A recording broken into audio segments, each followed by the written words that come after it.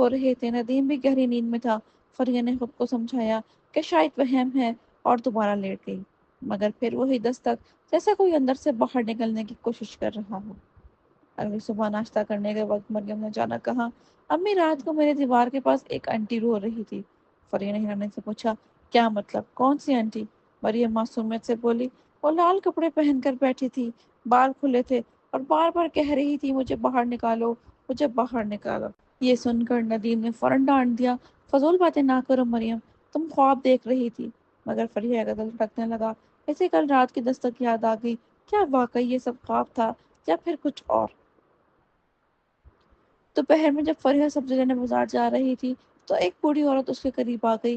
اس نے آہستہ آواز میں کہا، بیٹی، اس مکان میں رات کو دروازے کھڑکیاں اچھی طرح بند کر کے سویا کرو، اور اگر کبھی دیوار سے آواز آئے تو جواب مت دینا۔ فریہ چونک گئی۔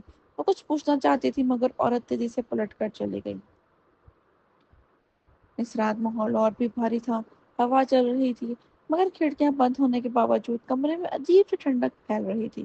عادل کو نیند نہیں آ رہی تھی۔